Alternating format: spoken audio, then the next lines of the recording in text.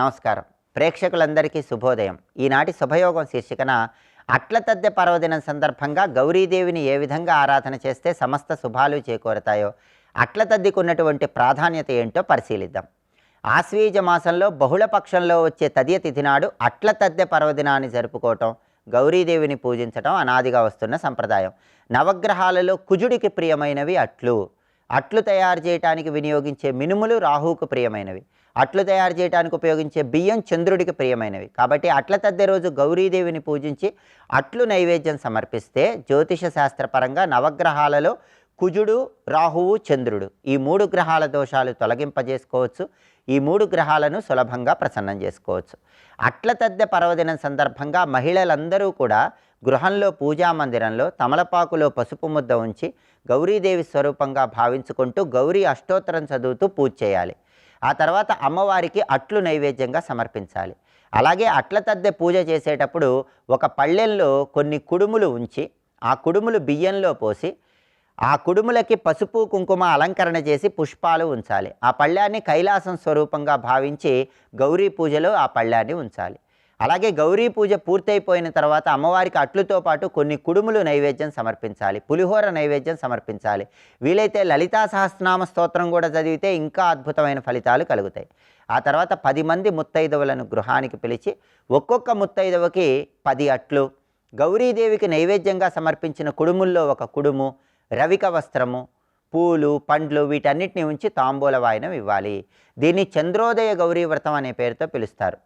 పరమేశ్వరుని వివాహం చేసుకోవటానికి పార్వతీదేవి మొట్టమొదటిసారి ఈ వ్రతం చేసింది కాబట్టి దీన్ని చంద్రోదయ గౌరీ వ్రతం అనే పేరుతో పిలుస్తారు. అలాగే అట్ల తద్దె సందర్భంగా గౌరీదేవిని పూజించే వాళ్ళు ఉపవాసం ఉండాలి, వాయినం తీసుకునే వాళ్ళు ఉపవాసం ఉండాలి.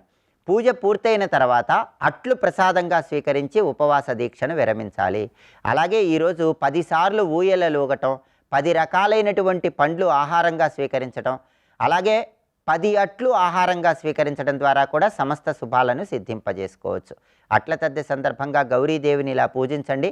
గౌరీదేవి అనుగ్రహం వల్ల వివాహ దాంపత్య సమస్యలన్నీ అధిగమించి సమస్త శుభాలను సిద్ధింపజేసుకోండి. అలాగే రేపు శుక్రవారంతో కూడిన సంకష్టహర చతుర్థి. ఈ సందర్భంగా గణపతిని ఏ విధంగా ఆరాధన చేస్తే సమస్త శుభాలు చేకూరుతాయో రేపటి శుభయోగం శీర్షికన పరిశీలిద్దాం. నమస్కారం.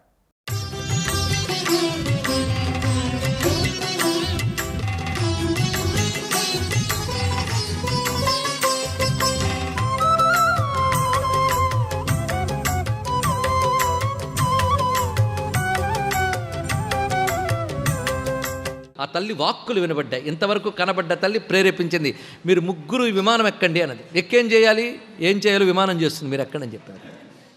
వీళ్ళు ముగ్గురు విమానం ఎక్కారు. ఆశ్చర్యం, విమానం బయలుదేరిందండి. ఇంతవరకు వీళ్ళు ఏమనుకుంటున్నారు, ప్రపంచం అనేది ఇంకా ఏమీ పుట్టలేదు, నేను సృష్టించాలి, ఈయన స్థితి చేయాలి, ఈయన లయం చేయాలని అనుకుంటున్నారు. ఇది తప్ప మరొకటి లేదు అనుకుంటున్నారు. చీకటే, ఆ చీకటి కూడా వర్ణన కందని చీకటి. ఎందుకంటే మనకు తెలిసిన చీకటి సృష్టిలోని చీకటి. అప్పుడు సృష్టి జరగలేదు, ఆ చీకటి ఎలా ఉంటుంది? లోకంబులు లోకేశులు లోకస్తులు తెగిరితుది నలోకంబుగు పెంచీకటి అది. అలాంటి చీకట్లో వెలుగుల విమానం ఒక్కటే కనబడింది. వీళ్ళు ఎక్కిపోయారు. ఆ విమానం కదులుతుందట. క్రమంగా వీళ్ళు అనుకున్నటువంటి చీకటిని కూడా దాటిపోయింది. అప్పుడు ఆశ్చర్యపోయారు. ఇది తప్ప ఏదీ లేదనుకుంటున్న వాళ్ళకి ఒక అద్భుతమైన లోకం కనబడింది. అది ఎలా ఉన్నదంటే, క్షణాచ్చచాల గగనే విమానం పవనేరితం ముహూర్త్వా తత ప్రాప్తం. క్షణంలో కదిలిన విమానం ఒక ముహూర్త కాలంలో ఒకానొక లోకం వైపు వెళుతుందట. ఆగి చూద్దామంటే వీలు లేదండి, అది ఆగితే వీళ్ళు దిగాల్సిందే కానీ ఆపుకుని దిగలేరు. అది ఒకటి వచ్చింది ఇక్కడ. అది సాగిపోతుంది. క్రమంగా వాళ్ళకి కనబడింది ఏంటంటే ఒక నందనవనం కనబడింది. నందనవనం అంటే దేవలోకమో పోల్చుకోవాలి. స్వర్గలోకంలో ఉన్న ఉద్యానవనం పేరు నందనవనం. ఆ నందనవనం అప్సరసలు, గంధర్వులు, రకరకాల దేవతలు, కల్పవృక్షాలు, కామధేనువులు, చతుర్దంతో గజస్తస్యా సమీపే, 4 దంతాల ఏనుగు అంటే ఐరావతం, ఇవన్నీ దర్శనమిస్తున్నాయి. ఆహా, ఏమిటండి అక్కడ కూర్చునున్నట్ట అష్టదిక్పాలకుల్లో 7 దిక్పాలకులకి అధిపతిగా ఉన్నటువంటి తూర్పు దిక్కుకు అధిపతి ఇంద్రుడు, మహేంద్రుడు, శచీదేవి సైతంగా కూర్చున్నాడు. అనేక మంది దేవతలు, దేవకాంతలు ఆయన్ని స్తుతిస్తూ ఉన్నారు. అలాంటి లోకాన్ని చూశాడు. ఇది స్వర్గలోకము అని పోల్చుకున్నారు. వాళ్ళకున్న అమ్మ ఇచ్చిన తెలివితం. అది చూస్తున్నారు. అసలు ఏదీ లేదనుకుంటే ఇంత ఉందన్నమాట ఒకటి అనుకున్నారు. ఇది క్రమంగా దాటారు. దాటి వెళుతుంటే కొంత కాలమైన తర్వాత ఒక అద్భుతమైన మరో లోకం కనబడింది. ఆ లోకంలో ఋషులు మూర్తీభవించిన వేదములు, ఇంకా మనువులు, వీళ్ళందరూ ఉన్నట్ట. ప్రజాపతులు ఇత్యాదులందరూ వాళ్ళందరినీ చూస్తున్నారు. వీళ్ళందరికీ అధిపతిగా పద్మంపై కూర్చొని 4 ముఖాల బ్రహ్మదేవుడు కనబడ్డట. ఇక్కడ కూడా ఉన్నాడు విమానంలో, అది మర్చిపోకూడదు. వెంటనే మిగిలినిద్దరు అన్నారు, ఏమిటి నువ్వు ఒక్కడవే అనుకుంటే వీడేవాడు నీలాగే ఉన్నాడు అన్నట్ట. ఆశ్చర్యపోతున్నాడు, ఏమిటో నాకు తెలియట్లేదు అనుకున్నట్ట.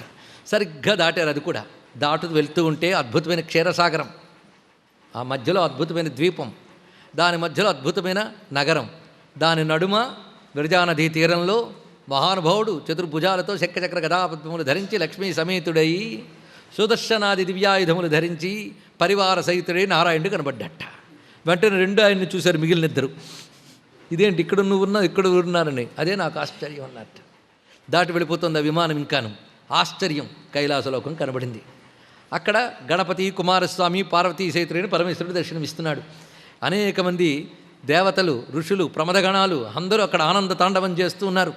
వారి నడుమ పరమేశ్వరుడు వారందరిని అనుగ్రహిస్తున్నాడు. ఆయన చూసేట్టు 3వ వాడు, ఈయనెవరు నాలాగే ఉన్నాడని. మిగిలిన 2 ఈయన్ని చూశారు, ఆశ్చర్యపోతున్నారు. అంటే బ్రహ్మకి బ్రహ్మ కనబడ్డాడు. బ్రహ్మకి బ్రహ్మే కాదు, విష్ణు శివులకు కూడా బ్రహ్మ కనబడ్డాడు. ముగ్గురు కనబడ్డారు. ఒక్క మాటతో చెప్పాలంటే 3 లోకాలు గోచరించాయి. మరి వీరెవరు? ఆశ్చర్యం కలుగుతోంది. ఎంత ఆశ్చర్యకరమైన ఘట్టం చూడండి. ఇక్కడ బాగా ఆలోచిస్తే ఇప్పుడు వైజ్ఞానిక శాస్త్రం విశ్వం గురించి మాట్లాడుతున్న అనేక మాటలకి కథకి అనుబంధం ఉంది. ఆలోచించవలసిన విధానం చూడాలి. క్రమంగా ఇప్పుడు ఏం జరిగింది? వీళ్ళు అనుకున్నారు ఇప్పుడు ఏమీ లేదనుకుంటే వీళ్ళలాంటి వాళ్ళు కనబడ్డారట. ఇక్కడే ఆలోచిస్తే మన చిన్ని ప్రపంచంలో మనల్ని మించిన వాడు మరొకరు లేడు అనుకుంటుంటాం. కానీ కాలాలు వెనక్కి వెళ్ళినా, బ్రహ్మాండాల వెనక్కి వెళ్ళినా, లేదా కాలాల వెనక్కి దాటి వెళ్ళినా, ముందుకు వెళ్ళినా వెనక్కి వెళ్ళినా మనల్ని మించిన వారు, మనకేమాత్రం తీసిపోని వారు ఎంతమంది కనిపిస్తారో. ఇవి వింటూ ఉంటే జరగాల్సింది ఏంటంటే అహంకారాలు అణగి ఊరుకోవాలి. అది ఈ కథలో ఉన్నటువంటి ఆంతర్యం. మేం తప్ప ఏం లేదంటే ఏం తెలుసురా నీకు ఈ విశ్వం, అది ఇందులో చూపిస్తున్నది ఆ తల్లి. ఆ విమానంతో క్రమంగా 3 లోకాలు దాటి వెళ్ళారు. ఇక్కడ అలా క్రమంగా వెళుతూ ఉండగా, పైగా ఆగిపోని ఈ లోకం ఏంటో ఒకసారి చూద్దామంటే లాభం లేదు, అది ఆగట్లేదు కదా. అది ఆగితే వీళ్ళు ఆగాలి. అలా వెళుతూ ఉండగా ఒక అద్భుతమైన సముద్రంలోంచి చక్కటి గాలులు వస్తున్నాయి. ఈ గాలులు చాలా బాగా ఉన్నాయి. ఎంతవరకు ఎప్పుడూ చూడలేదు ఇలాంటి గాలులు. ఏమిటా సముద్రం చూసేట? అది అమృత సముద్రం. సుధా సింధోర్మధ్యే కనిపించింది. అక్కడ మంచి చెట్లు, పైనుంచి చూస్తే ముందు చెట్లు కనబడతాయి కదండి, అందుకు చెట్లు కనబడుతున్నాయి. ఏమిటా చెట్లు? ముందు నానా వృక్ష మహోద్యానవనం, దాని తర్వాత 5 కల్పవృక్షాల వనం, తర్వాత కదంబ వనం, అన్నీ గోచరిస్తున్నాయి. విమానం అలా వెళ్ళిపోతుంది, అన్నీ చూసుకుంటూ తిన్నగా వెళుతుంది. తర్వాత నేల కనబడుతుంది, నేల మెరిసిపోతుందండి.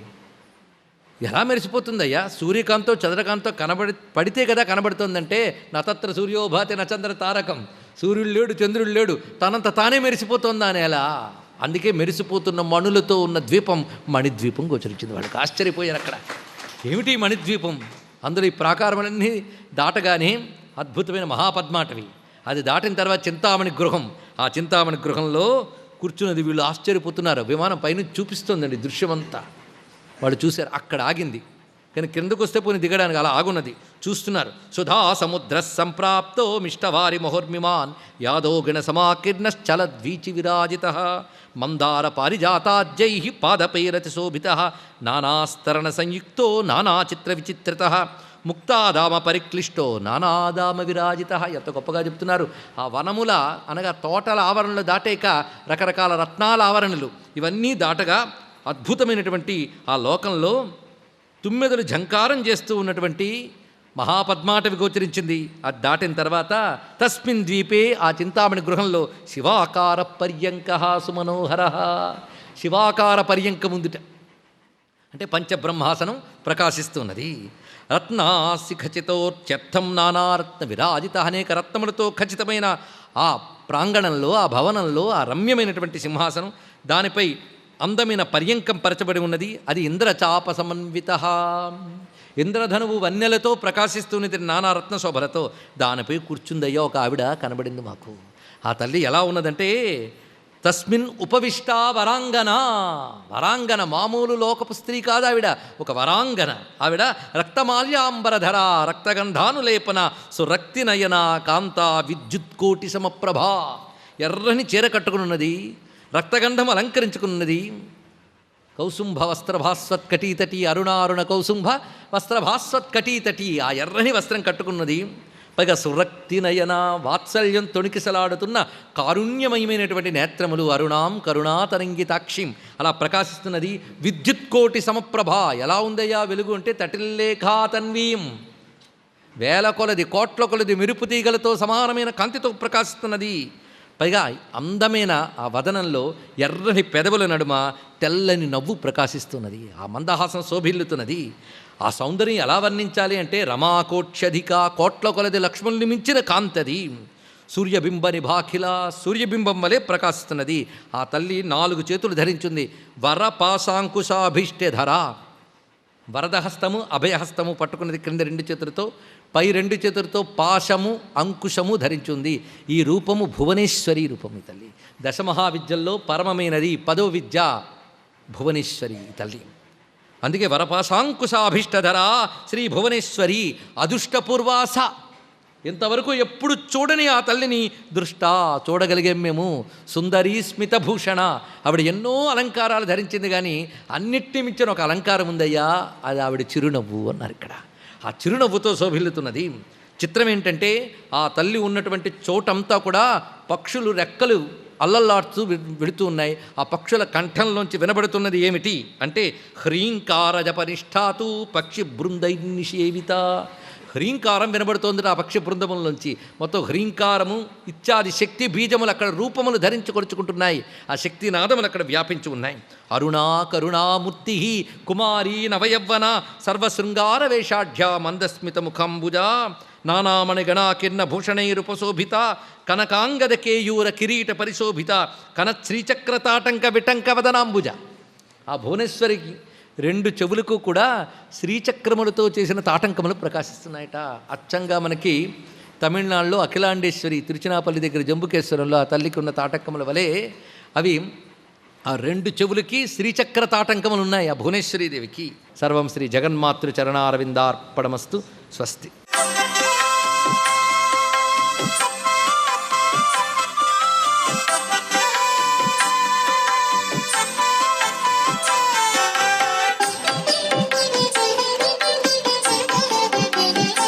ఓం నమో నారాయణాయ, ఓం నమః శివాయ, శ్రీమాత్రే నమః. ఈరోజు చాలా విశిష్టవంతమైనటువంటి సుదినం. అట్ల తద్ది అంటారు. ప్రాతకాలంలో ఆడపిల్లలందరూ లేచి తలంటి పోసుకొని గోరింటాకు పెట్టుకొని ఊయలలు ఊగేటువంటి సంప్రదాయం. ఇలా గనక చేసినట్లయితే ఆరోగ్యప్రదమైనటువంటి జీవన విధానం వారు అనుభవించడానికి ఆస్కారం ఉంటుంది. అంతేకాకుండా గౌరీదేవి యొక్క దివ్యవంతమైనటువంటి అనుగ్రహంతో వారి జీవితం సుసంపన్నంగా వెలుగొందడానికి ఆస్కారం ఉంటుంది. జాతకరీత్యా సంభవించేటువంటి బాలారిష్ట దోషాల నుంచి, వివాహ దోషాల నుంచి కూడా పరిహారం ఏర్పడి వారికి సౌభాగ్య సిద్ధి సాధింపచేసుకోవడానికి అనుకూలవంతమైనటువంటి లక్షణాలు కలిగి జీవితాన్ని సుసంపన్నం చేసుకోవడానికి ఆస్కారం అత్యధికంగా ఉంటుంది సుమా అంటోంది శాస్త్రం. అట్ల తద్ది భోగము అంటారు దీన్ని. ఈ విధంగా చేసినట్లయితే ఆరోగ్యప్రదమైనటువంటి జీవన విధానంతో పాటు ఆడపిల్లలందరికీ కూడాను ఐశ్వర్యయుక్తమైనటువంటి జీవనం భవిష్యత్తులో జరగడానికి ఆస్కారం అత్యధికంగా ఉండేందుకు శ్రీ మహాలక్ష్మి గౌరీదేవితో కూడి అనుగ్రహాన్ని ప్రసాదిస్తుంది అని చెప్పేసి శాస్త్రం. గోరింటాకు పెట్టుకోవటం వెనకాల కుజ దోష ప్రభావం నుంచి బయల్పడి స్త్రీలకు సౌభాగ్య సిద్ధిని ప్రసాదించేటువంటి అమృతతుల్యవంతమైనటువంటి గౌరీదేవి యొక్క అనుగ్రహం ఈ గోరింటాకు పెట్టుకోవటం వల్ల సంభవిస్తుంది అని శాస్త్రవచనం. కాబట్టి దీన్ని నేటికి అందరూ కూడాను ఆచరించి గౌరీదేవి యొక్క కరుణారస దృష్టికి, కృపారస దృష్టికి పాత్రులై తరిస్తూ ఉన్నారన్నమాట. ఇంత గొప్ప విశేషం అట్ల తదియలో దాగిన పరమార్థంగా గుర్తెరుగుదాం. సర్వే జనా సుఖినో భవంతు.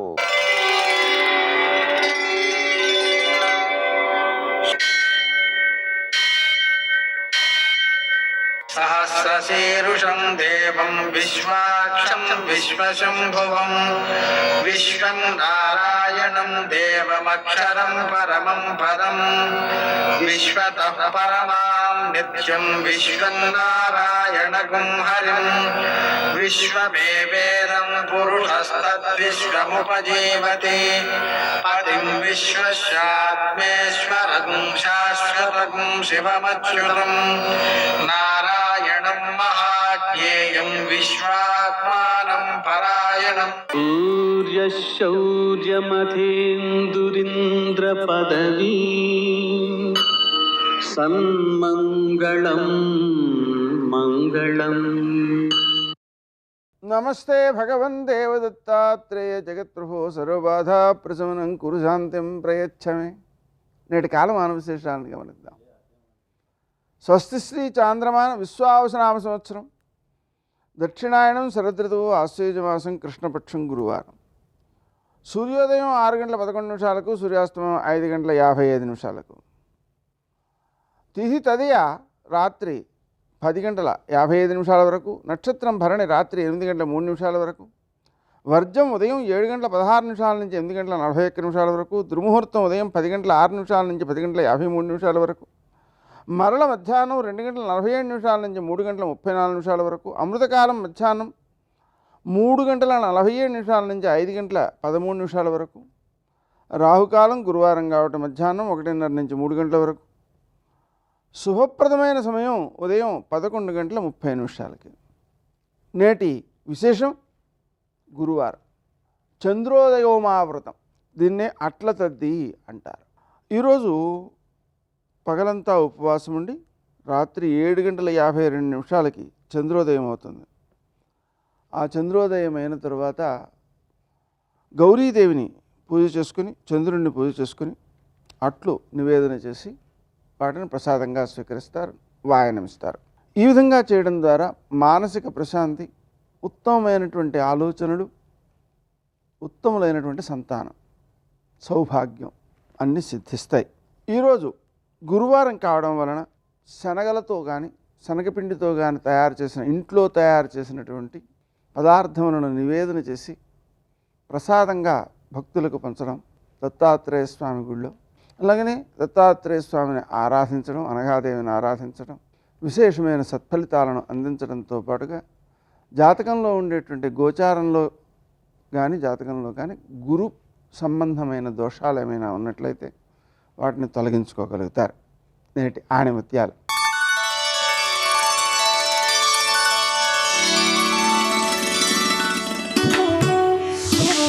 తిరిగి చూసుకునేంత గొప్పగా లేకపోయినా గతం ఎప్పుడూ గొప్పదే.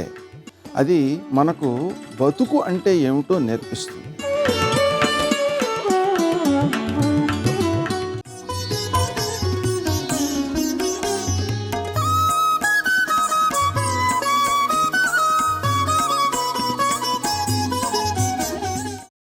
నీ అనుగ్రహ కటాక్షం అనేటటువంటి గాలి చేత దుష్కర్మ ఘర్మమపనీయ చిరాయ దూరం. నేను చేసిన దుష్కర్మలున్నాయే, తప్పులున్నాయే, పాపాలున్నాయే, చల్లటి గాలి వచ్చి తప్పులనబడేటటువంటి పాపములనేటటువంటి వేడిని దూరముగా తొలగత్రోయుగాక. అలా ఆవిడ ముందు ఒక్కసారి నిలబడగలిగితే, అయ్యో ఇంత ప్రేమైకమూర్తే, అలా నా తల్లి ముద్రలు పట్టి కూర్చుందే, నా తల్లి నిత్యానందకరియే, నాకు తెలియలేదే, ఇన్నాళ్ళు అన్నం పెట్టిందే, 60 సంవత్సరాల దగ్గరికి వచ్చేస్తున్నాయే వయస్సు, నేనేం చేశాను జీవితంలో అని నువ్వు బాధపడగలిగితే త్రికరణ శుద్ధిగా అనుగ్రహించడానికి ఆమె సిద్ధం. నిర్దూత కిల ఘోర పాప నికరీ ప్రత్యక్ష మాహేశ్వరి. మాహేశ్వరి అన్న శబ్దానికి అర్థం ఏంటంటే శబ్దంగా చెప్తే మహేశ్వరుడు, మహేశ్వరి, మాహేశ్వరి. అఖిలాండకోటి బ్రహ్మాండములను కూడా శాసించగలిగినటువంటి సమర్థత కలిగినటువంటి తల్లి ఎవరో ఆమెని మాహేశ్వరి అని పిలుస్తారు. వేదం అటువంటి స్వరూపం గురించి చెప్తూ ఒక మాట చెప్తుంది. యో వేదాదౌ స్వర ప్రోక్తో వేదాంతే చ ప్రతిష్ఠిత తస్య ప్రకృతి లీనస్య యత్పర సమహేశ్వర అంటుంది. యో వేదాదౌ స్వర ప్రోక్తో వేదాంతే చ ప్రతిష్ఠిత, వేదములకు మొట్టమొదట ఉన్నవాడెవరో, వేదముల చేత చిట్ట చివర ప్రతిపాదింపబడిన వాడెవరున్నాడు, వాడు ప్రకృతి చేత మమేకమై బ్రహ్మాండములను సృష్టిస్తున్నాడు. కానీ అటువంటి వాడికి కూడా అతీతంగా ఒకడు ప్రణవాతీతుడై ప్రకృతి పురుషులకు అతీతుడై ప్రకృతి పురుషులను కూడా నియమించి నడిపిస్తున్నాడు సృష్టి స్థితి లయలను. వాడిని మహేశ్వరుడు అన్న శబ్దం చేత పిలుస్తారు. ఆ మహేశ్వర శక్తి ఏదో ఆమె మాహేశ్వరి. ఆమె రూపమును దాల్చి నిలబడితే మాహేశ్వరి అన్నపూర్ణ. అది కనపడేది కాదు. మీకు నేను ఒక ఉదాహరణ చెప్పాలనుకోండి. ఆయన తలుచుకుంటే మీకు 100 ఎకరాలు ఇవ్వగలడు. ఆయన తలుచుకుంటే ఒక దేశానికి ఒక ఓడలో బియ్యాన్ని కానుకగా పంపగలడు. ఒక సంతకం పెట్టి బహుమానం చేయగలడు. మీరేమి ఇవ్వక్కర్లేదు, మా దేశం తరపున మీకు ఒక 20,000 టన్నుల బియ్యాన్ని బహూకరిస్తున్నాం అని ఓడలో పంపగలడు. ఎవరా శక్తివంతుడు? ప్రధానమంత్రి అని నేను అన్నాను అనుకోండి. ప్రధానమంత్రి శక్తి కనపడుతుందా? ప్రధానమంత్రిగా కనపడుతుంది. ఆ రూపంలో ఒక వ్యక్తి ఉన్నారు. ఆ వ్యక్తి ఎవరో ఆయనను ఆ శక్తి ఆవహించి ఉన్నది. ఈ దేశమునంతటినీ పరిపాలించి ఏ నిర్ణయమైనా చెయ్యడానికి యోగ్యుడై అంత అధికారమును కలిగినటువంటి వ్యక్తి ఎవరిని ఆవహించి ఆ అధికారమున్నదో ఆ వ్యక్తి కదూ అంతటి కీర్తి ప్రతిష్టలను ఆర్జించినవాడు, అంత సమున్నత స్థానమనందు కూర్చున్నవాడు. ఆయనే ప్రధానమంత్రి అని చూసి ఎలా సంతోషిస్తామో అలా ఈ అఖిలాండకోటి బ్రహ్మాండములను సృష్టించి నియమించి పడగొట్టగలిగినటువంటి సృష్టికర్త స్థితికర్త ప్రళయకర్తలను కొన్ని కోట్ల మందిని సృజించి నియమించి శాసించి లయం చెయ్యగలిగినటువంటి మాహేశ్వర శక్తి ఒక రూపాన్ని పొంది కూర్చుంటే అదే కాశీలో ఉన్న అన్నపూర్ణ. ఆ రూపాన్ని నేను చూసి నమస్కరిస్తున్నాను. ఏమి ఆనంద పారమశ్యం శంకర భగవత్పాదు. ప్రత్యక్ష మాహేశ్వరి. అంతేకాదు, శాక్తేయ సిద్ధాంతమునందు ఒక విచిత్రం ఉంది. సాధారణంగా మనం ఏం చెప్తామంటే 3 చెప్తాం భగవంతుని యొక్క కర్తవ్యములు అని. ఇవి భగవంతుడు చేసే విధులు అని చెప్తాం. ఏం చేస్తాడు అంటే సృష్టి స్థితి లయ. ప్రాణులను సృజిస్తూ ఉంటాడు, వాటిని నిలబెడుతూ ఉంటాడు, కొంతకాలం ఉంటుంది. లయ పడగొడుతూ ఉంటాడు. అంటే ఎక్కడ పడగొడతారండి? ఎక్కడ పుట్టిందో ఎక్కడ పెరిగిందో అందులో పడిపోతుంది అంతే. నామరూపాత్మకంగా కనపడుతూ ఉంటుంది. అదో విచిత్రం. అందుకే అదంతా మాయ అన్నారు శంకర భగవత్పాదులు. సముద్రం ఉంది. సముద్రం దగ్గరికి వెళ్ళి అలా ఒడ్డున కూర్చున్నాను అనుకోండి. నా మనవాడు పక్కన కూర్చున్నాడు. సముద్రంలో అకస్మాత్తుగా అలా నీరంతా పైకి లేచిందిలాగా, ఏదో పాము పడగల ఓ తివాచి చుట్టినట్టు లేచింది. తాత ఏంటి తాత అన్నాడు. అది కెరటం రా అన్నాడు. తాత కెరటం వస్తోంది తాత మన మీదకి అన్నాడు. అవును రా వస్తోంది అన్నాడు. భయపడకు, అది ఏం చేయదురా, అలా మీదకి రాదులే అన్నాడు. ఆ కెరటం ఎక్కడ పుట్టింది? సముద్రంలో పుట్టింది. సముద్రం లేని కెరటం ఉంటుందా?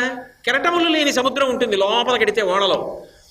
కెరటం సముద్రంలో పుట్టి సముద్రంలో పెరిగి సముద్రంలో విరిగి సముద్రంలో కలిసిపోయి ప్రాణులన్నీ పరబ్రహ్మమునందు పుట్టి పరబ్రహ్మమునందు పెరిగి పరబ్రహ్మమునందు లయమైపోతుంది. సర్వం శ్రీ ఉమామహేశ్వర పరబ్రహ్మార్పణమస్తు. స్వస్తి.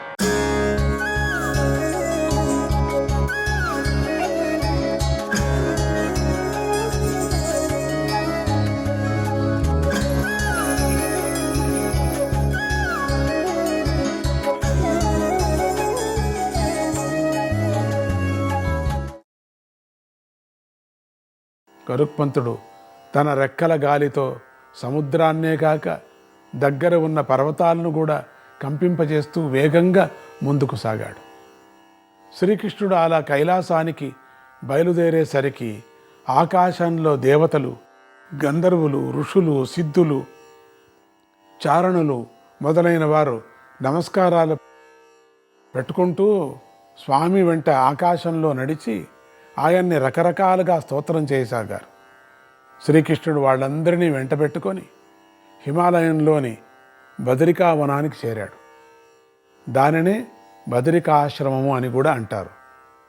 దాని మహిమను గురించి పెద్దలు అనేక గాథలు చెబుతూ ఉంటారు. ఉదాహరణకు పూర్వం శ్రీ మహావిష్ణువు అక్కడే 10,000 ఏళ్ళు తపస్సు చేసి తనను తాను నారాయణ మహర్షిగా నరమహర్షిగా విభాగం చేసుకున్నాడని దేవేంద్రుడు పూర్వము వృత్రాసురుణ్ణి సంహరించి ఆ బ్రహ్మహత్య పాతకం పోయేందుకోసం అక్కడే 10,000 ఏళ్ళు తపస్సు చేశాడని శ్రీరాముడు రావణాసురుణ్ణి సంహరించి ఆ పాపం పోవటం కోసం ఇంద్రుడి సలహా మేరకు అక్కడే తపస్సు చేశాడట. గంగానది ఆ ప్రక్క నుంచి ప్రవహిస్తూ ఉంటుంది. ఎంతోమంది సిద్ధులు మహర్షులు ఇక్కడే తపస్సిద్ధి పొందారు, ఇప్పటికీ పొందుతూనే ఉన్నారు. అనేక మంది మహర్షులు అక్కడే కావాలని అనేక యజ్ఞాలు చేస్తూ ఉంటారు. అంతెందుకు, ఈ క్షేత్రాన్ని స్మరిస్తే చాలు స్వర్గం లభిస్తుందని పెద్దలు అంటున్నారు. అక్కడ శత్రువులు కూడా మిత్రులైపోతారు. ఎంతో పుణ్యం ఉంటే కానీ అక్కడ నివాసం చేసే అదృష్టం పట్టదు. దేవతలు పూర్వం అక్కడ తపస్సు చేసే వైకుంఠానికి ప్రయాణం చేయగల శక్తిని సంపాదించారు. అటువంటి ఆ బదరికావనంలో ఒక మునిపల్లెకు శ్రీకృష్ణుడు చేరాడు. మునిపల్లె అంటే కొంతమంది మహర్షులు కలిసి దూరంగా పర్ణశాలలు వేసుకొని జీవించే గ్రామం వంటి ప్రదేశం. శ్రీకృష్ణుడు అక్కడికి చేరేసరికి సూర్యాస్తమయ సమయం అయింది. అందుచేత అక్కడ ఉండేటువంటి మహర్షులు చాలామంది తమ అగ్నిహోత్రశాలలో అగ్నులను జ్వలింపజేసి హోమాలు చేసే ప్రయత్నంలో ఉన్నారు. మరికొంతమంది మహర్షులు సంధ్యాకాల సమాధుల్లో మునిగి ఉన్నారు. మరికొంతమంది మహర్షులు శ్రీకృష్ణుడినే ధ్యానిస్తున్నారు. పక్షులు కిలకిల రావాలు చేస్తున్నాయి. విద్యార్థులు ఆవులకు పాలు పిండుతున్నారు. అటువంటి పవిత్ర సమయంలో ఋషిగణ దేవతాగణ సమేతుడై శ్రీకృష్ణుడ అక్కడ దిగేసరికి అగ్నిహోత్రాలు చేసుకుంటున్నటువంటి మహర్షులంతా శ్రీకృష్ణుడిని గుర్తించి త్వరగా తమ హోమాలు పూర్తి చేసి పరుగున అందరూ స్వామి దగ్గరికి వచ్చి అర్ఘ్యపాద్యాదులు ఇచ్చి స్వాగతాలు పలికారు. శ్రీకృష్ణుడు వారి ఆదరానికి సంతోషిస్తూ చుట్టూత పరికించి చూశాడు. ఆ తపస్సాధకులంతా చిత్ర విచిత్రమైన రీతుల్లో ఉన్నారు. ఉదాహరణకు కొంతమంది దీర్ఘకాల సమాధిలో నిశ్చలంగా కూర్చొని ఉన్నారు. ఈ లైలేనే లేదు, గుర్తుపట్టనే లేదు, అంతా సమాధిలో ఉండిపోయారు. కొంతమంది తలలు పూర్తిగా జడలు కట్టి ఉన్నాయి. కొంతమంది తలలు నున్నగా గుండు గీయించుకొని ఉన్నాయి. కొంతమంది ఉపవాసాలు చేసి ఎముకలే కాక నరాలు కూడా బయటపడ్డాయి. కొందరి ఒంటిలో అసలు రక్తమే లేదు. కొందరు నేల మీద పడ్డ ధాన్యం ఏరుకొచ్చి రాళ్లతో నూరుకొని తింటున్నారు. కొందరు ఆకులనే తింటున్నారు. కొందరు అసలు ఏమీ తినటం లేదు. కొందరు నిరంతరము వేదపారాయణాలు చేస్తున్నారు. కొందరు కేవలం శ్రీహరిని స్మరణ చేస్తున్నారు. కొందరు సంవత్సరానికి ఒకసారి ఆహారం తీసుకుంటున్నారు. కొందరు నీటిలో నిలబడి తపస్సు చేస్తున్నారు. కొందరు శృతి స్మృతి విచారణ చేస్తున్నారు. వారిలో కొందరిని చూస్తే దేవేంద్రుడు భయపడిపోతూ ఉంటాడు కూడా. వీరిలో కొంతమంది పూర్తిగా ప్రసిద్ధులు. శ్రీకృష్ణుడు వీరందరినీ కూడా గమనిస్తూ సంతోషిస్తూ ఉండగా వశిష్ఠ వామదేవాదులైన మహర్షులు 25 మందికి పైగా తమ ఆశ్రమాల నుంచి తరలివచ్చి శ్రీకృష్ణుడికి అర్ఘ్యపాద్యాదులనిచ్చి భక్తితో రకరకాలుగా స్తోత్రాలు చేసి, దేవా, నీ రాకతో మేము కృతార్థులమయ్యాము. మేము చేయవలసిన పని ఏదైనా ఉంటే చెప్పు, లేకపోతే మేము ఏదైనా తప్పు చేశామా చెప్పు అని చేతులు జోడించుకొని నిలబడ్డారు. శ్రీకృష్ణుడు వారి వినయానికి సంతోషిస్తూ, మీ అనుష్ఠానాలు బాగా సాగుతున్నాయా? మీ అగ్నిహోత్రాలు నిర్విఘ్నంగా ఉన్నాయా? మీ పరివారం కుశలమా అంటూ వారిని అనేక రకాలుగా పలకరించి వారి ప్రార్థన మేరకు గరుత్మంతుడితో కలిసి ఆ రాత్రికి రాత్రే అక్కడ ఉండిపోయాడు. అక్కడి మహర్షులు వారు తినేటువంటి నీవార గింజలను అంటే కందమూల ఫలాలను స్వామికి ఆహారంగా సమర్పించారు. ఆయన కూడా వారి సమర్పణలను స్వీకరించి ఆ రాత్రికి విశ్రమించాడు. తెల్లవారాక శ్రీకృష్ణుడు అక్కడి మహర్షులతో మాట్లాడి శ్రీ మహావిష్ణువు తపస్సు చేసిన స్థలం ఎక్కడుందో విచారించాడు. ఆయనే అది గంగానదికి ఉత్తర తీరాన ఉందని తెలిసింది. అక్కడే అడిగాడు, పూర్వం మహావిష్ణు తపస్సు చేసిన స్థలం ఏది అని. అడిగితే చెప్పాలి కదా, మీకే తెలుసండి అనకూడదు. మీరే పరమాత్ములు కదా. స్వామి స్వయంగా అక్కడికి వెళ్ళాడు, అది తెలుసుకొని వెళ్ళాడు. అక్కడ పురాతనమైన ఆశ్రమం ఒకటి కనిపించింది, చాలా పాత ఆశ్రమం. శ్రీకృష్ణుడు అటు ఇటు పరిశీలించి ఖాళీగా ఉన్న ఆ ఆశ్రమంలోనే కూర్చొని మనస్సును ఏకాగ్రం చేసి సమాధిలోకి ప్రవేశించాడు. స్వయంగా పరతత్వ స్వరూపుడైనటువంటి శ్రీకృష్ణుడు ఏ తత్వాన్ని ధ్యానం చేస్తున్నాడో ఏమో కానీ ఆయన మనస్సు పరిపూర్ణంగా ఆ తత్వంలో లీనమైపోయింది. గాలి లేని చోట దీపశిఖలాగా నిశ్చలమైపోయింది. అట్లా కూర్చున్నాడు. మనమే ధ్యానానికి కూర్చుంటే మామూలు మనుషులే అట్లా కొయ్యగా పారిపోతూ ఉంటారు అప్పుడప్పుడు. ఇక పరమాత్ముడే ధ్యానాన్ని ప్రసాదించే స్వామినే ధ్యానంతో కూర్చుంటే ఇంకేమవుతాడు చెప్పండి. పగలైపోయి చీకటి వచ్చింది, అయినా శ్రీకృష్ణుడు కదలలేదు, అలాగే సమాధిలో ఉండిపోయాడు.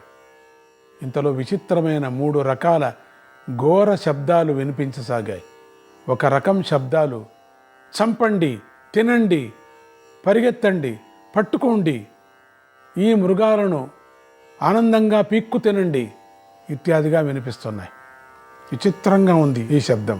ఆ అరుపుల మధ్యలోనే ఇతడు విష్ణువు, ఇతడు కృష్ణుడు, ఇతడు హరి, ఇతడు ఈశ్వరుడు, ఇతడు అచ్యుతుడు, విష్ణుదేవా నీకు నమస్కారం, స్వామి మాధవ కేశవ నీకు నమస్కారం ఇత్యాదిగా వినిపిస్తున్నాయి. ఇంకొక చోటు నుంచి మరో ప్రక్క నుంచి సింహాల గర్జనలు, వేట కుక్కల అరుపులు, ఏనుగుబంటులు, పులులు, ఏనుగులు మొదలైన వాటి అరుపులు, ఇవన్నీ అరుస్తున్నాయట. భయపడి పారుతున్నటువంటి చిన్న మృగాల కూతలు, చిన్న చిన్నవి, ఇవంతా అరుస్తుంటే చిన్న మృగాలైనటువంటి పరిగెత్తిపోతూ ఉంటాయి కదా, అవన్నీ అరుచుకుంటున్నాయి. ఎలకల శబ్దం ఉంటాయి, అట్లా అరుచుకుంటున్నాయి. ఇలాంటి శబ్దాన్ని కలగా పులగా వినిపిస్తున్నాయి. కొంచెం అప్పుడప్పుడు వినిపిస్తుంది. ఈ శబ్దాలన్నీ ఎంత భయంకరంగా ఉన్నాయంటే శ్రీకృష్ణుడంతటి వాడి సమాధికే భంగం కలుగుతుంది.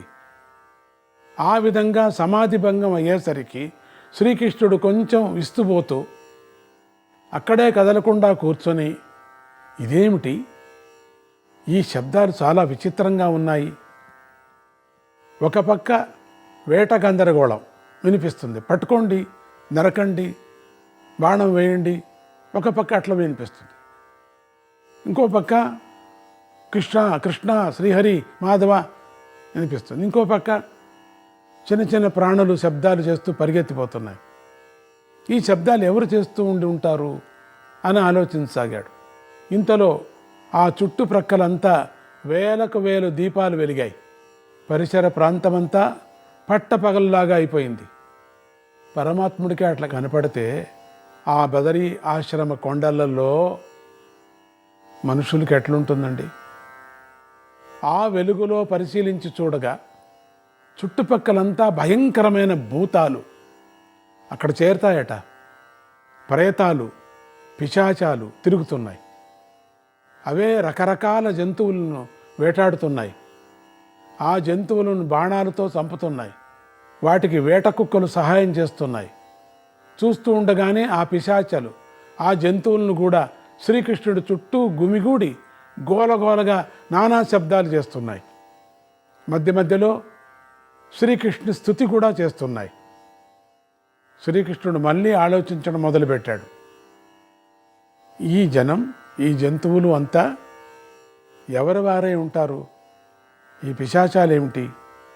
ఈ భయంకర ధ్వని ఎక్కడి నుంచి వస్తుంది? ఈ జంతువులకు అంత ధ్వని చేసే శక్తి ఉందా? మధ్యలో నా స్తుతి చేసే వారెవరు? ఈ శబ్దాలన్నీ వింటుంటే నాకు కోపము రావటం లేదు, భయము వేయటం లేదు, పైగా మనస్సుకు ప్రీతి కలుగుతోంది. నాకు ప్రీతి కలుగుతోంది అంటే ఎక్కడో ఎవరికో ముక్తి వచ్చినట్లే కదా. ఆ ముక్తి పొందేవారెవరు? శ్రీకృష్ణుడు ఇలా ఆలోచిస్తూ మామూలు మనిషిలాగా అలాగే కూర్చుండిపోయాడు. ఇన్ని శబ్దాలు వస్తున్నాయి చుట్టూ, కృష్ణుడికి అర్థం కాలే. చిత్రంగా ఉంది. భయము కావటం లేదు, మరి కోపము రావటం లేదు, అయితే ప్రీతి కలుగుతున్నది. ఈ అరుపుల్లో ప్రీతి, తనకు ప్రీతి కలుగుతుంది. అయితే నాకు ప్రీతి కలుగుతుందంటే ఎవడికో మోక్షం వస్తుంది. ఇంతలో ఆ పిశాచాల గుంపులో నుంచి 2 పిశాచాలు ఇంచుమించు శ్రీకృష్ణుడు ముందుకు వచ్చేసాయి, కూర్చున్నాయి. వాటి ఆకారాలగే వింతగా ఉన్నాయి 2 పిశాచులు. ఉదాహరణకు అవి మరీ పొడవుగానూ లేవు, పొట్టిగా ఉన్నాయి. ముఖాలు అందంగా వికృతంగా ఉన్నాయి. జుట్టు నల్లగా ఎర్రగా ఉంది. నాలుకలు పొట్టిగా పొడవుగా ఉన్నాయి, వేళ్లాడుతున్నాయి. దవడలు ఉబ్బి ఉన్నాయి. హాహా హీ అని అరుస్తున్నాయి. ఒక పిశాచి కొంచెం లావుగా ఉంది, ఒక పిశాచి చిన్నంగా ఉంది. మాంసపు ముక్కలు నములుతున్నాయి. మనుషుల ప్రేగులు ఒళ్ళంతా చుట్టుకున్నాయి. అంటే ఈ పిశాచులు. వాటి చేతుల్లో ఉన్నటువంటి శూలాలకు మానవుల శిరస్సులు గుచ్చబడి ఉన్నాయి. మధ్యలో పక్కనున్న శవాలను కాళ్ళు చేతులు పట్టుకొని గుంజుతున్నాయి. వెక్కిలిగా నవ్వుతున్నాయి, గుడ్డ మూసుకొని నవ్వుతున్నాయి. కొంత వాళ్ళ వింత భాషలో ఏదో మాట్లాడుతున్నాయి. కాళ్లతో చెట్లను తన్ని ఊపేస్తున్నాయి. కొన్ని పిశాచాలు పళ్ళు కొరుక్కుంటున్నాయి. మధ్యలో నాలుకలు బయటకు చాచి పెదవులు నాక్కుంటున్నాయి. మధ్యలో కృష్ణ కృష్ణ మాధవ అని అరుస్తున్నాయి. ఒకటి అర్థం కాలే, ఈ పిశాచులేమిటి, ఈ విధమైన వికృత రూపాలేమిటి, ఈ వికృతంగా తినటం ఏమిటి? వీళ్ళు ఎముకలు కొరుక్కొని ఒక్కొక్క విధంగా పిశాచులు ఆడుతున్నాయి. అక్కడ మధ్యలో కృష్ణ మాధవ అని అరుస్తున్నాయి. ఇలా విరుద్ధ ప్రవృత్తులను శ్రీకృష్ణుడు గమనిస్తూ ఉండగానే అంతకంటే మరో విచిత్రం జరిగింది. అప్పటిదాకా పిశాచ భాషలో అరిచిన ఆ పిశాచాలు మానవ భాషలోకి వచ్చి ఒకదానితో ఒకటి ఇలా మాట్లాడుకోసాగాయి. ఉన్నట్టుండి పిశాచ భాష అనేది ఒకటి ఉంది, అర్థం కాదు. అది పిశాచ భాష, ఎవరికీ అర్థం కాదు. ఆ భాష నుంచి మెల్లగా ఏమైంది, మానవ భాషకు వచ్చారు. మనకు విష్ణువు ఎప్పుడు కనిపిస్తాడు మాట్లాడుతున్న ఒక పిశాచి అడిగింది. ఆ విష్ణువు ఇప్పుడు ఎక్కడున్నాడు, ఆయన కోసం ఎక్కడ వెతకాలి? ఇంకొకడు, ఆ దేవేశుడు ఎక్కడెక్కడ ఉంటాడు అని ఇంకొక పిశాచి. బ్రహ్మవేత్తలు ఆయన ఇంద్రుడికి తమ్ముడు అంటున్నారు కదా, మరో ప్రక్క ఆయనకు పుట్టక లేదంటున్నారు కదా. అలాంటి వింత పురుషోత్తముణ్ణి చూడాలని మనం ప్రయత్నిస్తున్నాం. పుట్టనే లేదు ఆయన, ఊరికే ఉన్నాడు అని అంటారు. పుట్టక లేని వాడికి పుట్టక ఎక్కడి నుంచి వస్తాడు అని కొన్ని పిశాచులు. ప్రళయకాలంలో ఈ లోకాలన్నీ ఆయనలోనే లీనమైపోతాయట. అలాంటి స్వామిని మనం ఎక్కడ చూస్తాం? ఈ సృష్టి మొత్తం కలిపితే ఆయన యొక్క విరాట్ రూపమేనట అని ఇంకొక పిశాచి చెప్తుంది. అలాంటి స్వామిని చూడాలని మనం ప్రయత్నం చేస్తున్నాం కదా. మనకి ఇలాంటి భయంకరమైన పిశాచి జన్మ ఎలా వచ్చింది అని ఇంకోటి అడుగుతుంది. నీకు రూపము లేదు, కళ్ళే కనపడవు, నువ్వు నోరు మూసుకోనుండు. ఈ రూపాన్ని చూస్తూనే అందరూ భయపడుతున్నారు కదా. మనం పూర్వజన్మల్లో మహాపాపాలు చేసి ఉంటాం, అందుకే ఈ రూపం వచ్చి ఉంటుంది కదా మనకు. అయినా మనకు ఈ రూపం మీదే మహాప్రీతి ఉంది కదా అని ఇంకోటి అంటుంది. ఈ పిశాచి జన్మ అయితేనేమి, మనిషి జన్మ అయితేనేమి, మొదట్లో అందరూ చిన్న పిల్లల్లాగానే ఉంటారు కదా మనమంతా. ఆ దశలో వారికి ధర్మాలు ఏవీ తెలియవు కదా. కొంతకాలం పోయేసరికి యవ్వనం వస్తుంది, అప్పుడు ధర్మాలు తెలుస్తాయి. కానీ ఆ దశలో భోగలంపటత్వమే వెంటబడుతుంది కదా. మరి కొంతకాలం అయ్యే పరిసరికి వార్ధక్యం దశ వస్తుంది. అప్పుడు జ్వరాలు, రోగాలు, మానసిక చింతలు, ఇలా అన్ని దుఃఖాలే కదా. ఆ దశలో కూడా జీవులు పరమాత్మ కోసం ప్రయత్నం చేయలేరు కదా అని ముసలి పిశాచి చెప్తున్నది, బోధన చేస్తున్నది. మనమంతా చిన్నపిల్లప్పుడు చాలా అందంగా ఉండేవాళ్ళం. తర్వాత తర్వాత తర్వాత తర్వాత పెరుగుతూ పెరుగుతూ మనకంతా ఇట్లా అయిపోయింది. మనం ఏం చేసాం? సంసారంలో పడి ఒట్టి భోగంలో పడిపోయి అదే మనకు ఇక అంతే, పిల్లలకి అనటంలోనే అయిపోయింది. ఇక మనకు పరమాత్ముడు ధ్యానం ఎక్కడండి అని ఒక పిశాచి.